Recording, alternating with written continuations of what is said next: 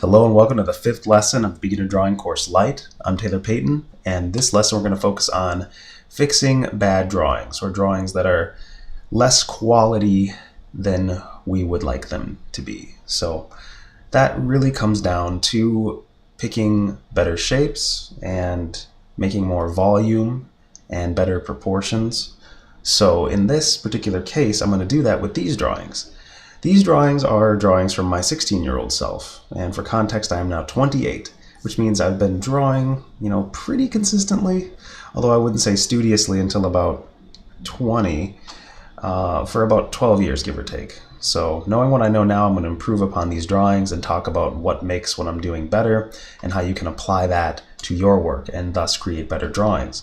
So in this case, we have this dude here with sort of a top hat, a mask, some various little shapes, and kind of like a belted pirate's coat. So taking those ideas in mind, what I know I didn't do at the time was create a base. So we're going to start with that. We got to give him a pose and we got to know his proportions. So those two P words are very important.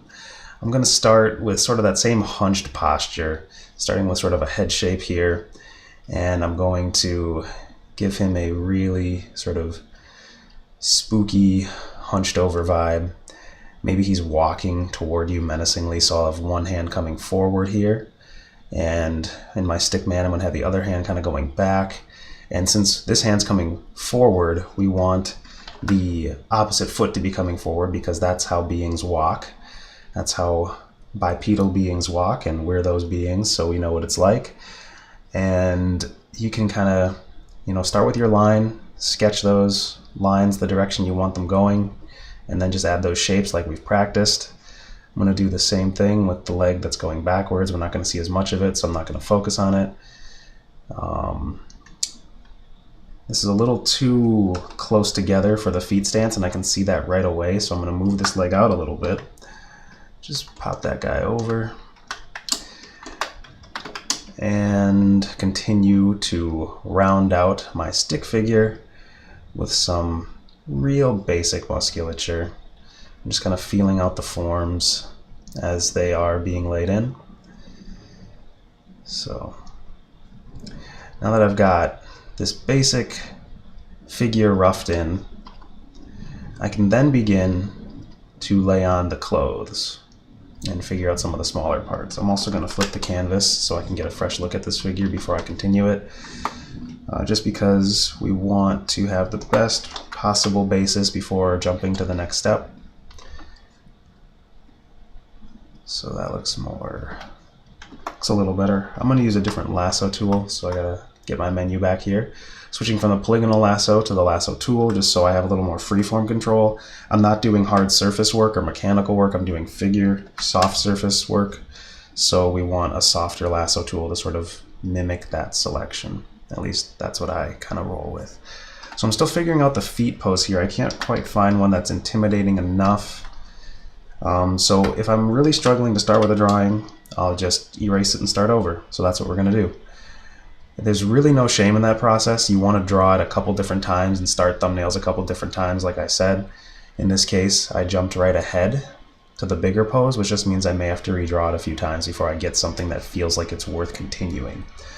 And that's really crucial. That's one of the best ways you can improve a bad drawing is don't finish it. Just stop bad drawings before they even get started. And if you're already having a little bit of a struggle, then you don't really have the best chance of creating the work you're trying to create. So just don't be afraid to struggle more in the beginning. And struggle is not really the best word. Thrashing is a little bit better, as Seth Godin puts it. Don't be afraid to thrash around a little in the beginning till you have a drawing you actually want to finish. And in this case, I'm feeling a little better about this one. I'm being incredibly loose with my basis just because I know I'm going to make a better drawing easily, and it's more about getting the idea out there than it is having it be really clean, because I can always play the cleanup game later since we're using multiple layers. So I'm going to tilt his head a little bit this way too. Make the eyes sort of a sconce. Maybe give him some intimidating weaponry or hand gestures. I'm really thinking about the pose and the posture, because I didn't even draw the hands here, because as you can see, I was drawing some real sausagey mitts back in the day, and so we're gonna draw the hands this time, even if that means making them super rough. So I'll try a couple different things. You'll see me construct the hands pretty quickly, just because I want to see the pose more than anything, more than getting it anatomically correct at this point, because I know I can always go back and fix the anatomy. I'm just trying to lay something in that is worth continuing, that's worth finishing. And so that's really rough work in the beginning. Work that particularly doesn't have to be the cleanest so long as it's readable. Because it's about having a process now. It's not so much about how much you can improve just straight technically, but also how much you can get your process to work for you. And that is done by just having attention on your process and kind of playing with it every single time you sit down to do work. And for me, I know that when it comes to figure drawing, I need an underdrawing, a wiry, sort of sketchy gesture, and then I can go on top of that with more certainty. Because I'd rather figure all this stuff out now. So get that spooky eye in there, get the swirly eye in there, get that creepy smile, or whatever it is. He's sort of like a scarecrow character. I think I'm going to run with that, just because I like the design motif is a little clearer, just sort of a creepy, pirate-inspired scarecrow Victorian era dude. I now have a bigger visual library than I had back then, so I can build out my figures and my volumes way easier, and that's something I want to impart upon you even in this beginner course, is that once you get your process down, once you start asking yourself the right questions right off the bat, and you understand just the basic shapes of constructing to get your idea into a more readable format, then you'll be in much better shape for, you know, any given drawing project or any piece you want to do, because you understand the shapes, you understand your process, you understand how to clean it up, how to make it more readable and presentable, and you start to just have a flow that you hit. Like, it took me a little bit to get this drawing started, but even now I can speak and still draw because the drawing's kind of taken a life of its own at this point. And that is only as a result of working on the right drawing, because the wrong drawing I would just keep struggling, and the right drawing comes as a result of just redoing it. Just get rid of it, restart it. You have the same idea still there. The idea is not changing, but the drawing is. And the idea is the real locus of our actions. It's the real reason why we're drawing. It's because we have an idea. And so if your idea is remaining the same, then don't worry about changing the drawing in the beginning.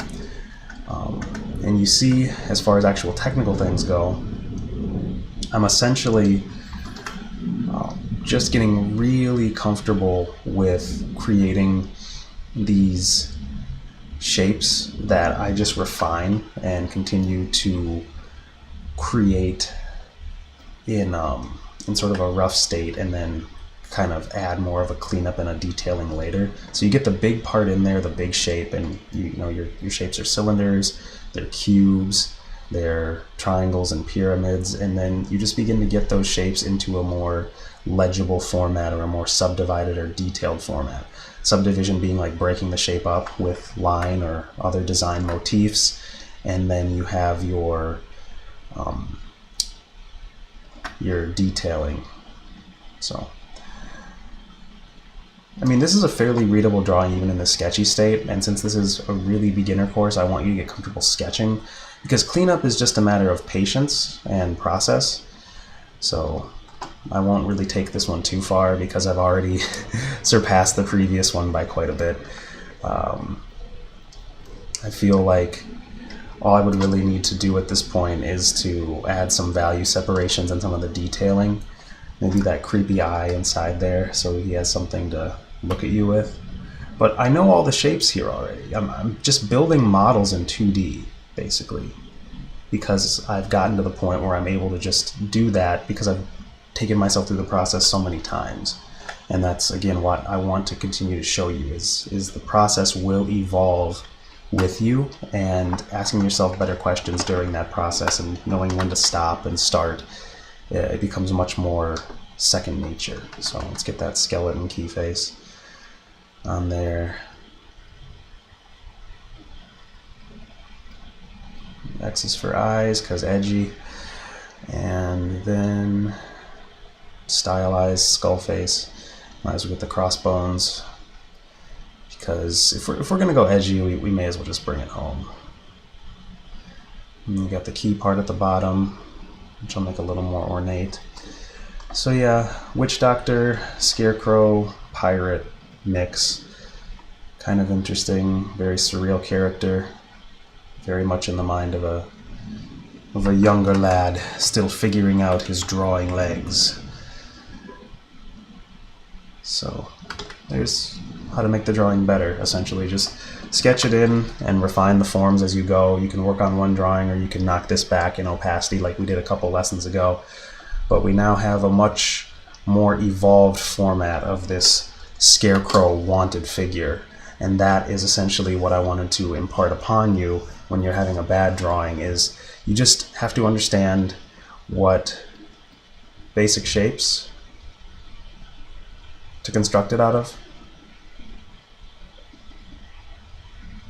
So what basic shapes to use, the general process. You also want the right drawing.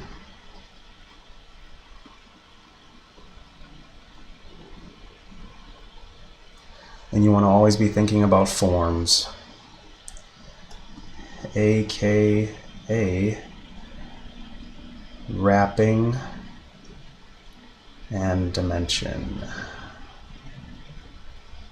So some of these things wrapping around the figure.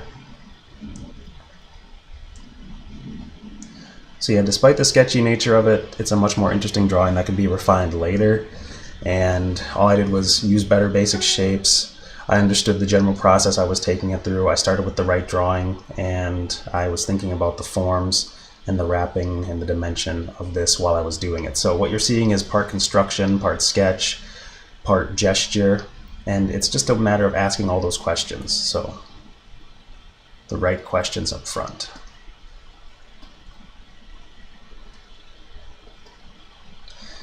And in the interest of your time and letting you run yourself through this process, you can take drawings you even did last week and use this to ask yourself better questions, go through better drawings, and create a more appealing result by going and using the lessons you've learned in 1 through 4 up until now to really advance your understanding of how to wrap form, how to use the stick figure to kind of get your idea out there, and then to flesh it out and to wrap it and give it dimension and all that good stuff. So worry about your big shapes and then start to kind of bring it home, and just be sure to start on the right drawing and to run through the process of starting, a little bit rough and then refining it, because the refinement part of it is, what adds that layer of professionalism unto just being able to execute the idea technically. Anyway, my name is Taylor Payton. I appreciate you watching this lesson. Don't forget to try it. Continue to work on these principles and improve drawings that you're doing even if you did it yesterday. Just run it through this process, go through it a couple times and really get it into your nervous system. Feel free to check out the beginner drawing course, the full one in the description box. There's a 12-week version and an 8-week version. There's a really inexpensive beginner painting course if you want to know how to finish these drawings. All that is available in the description box below. Thank you for your support. Don't forget to subscribe, thumbs up, like, and share. And I will see you in the next videos. Take care.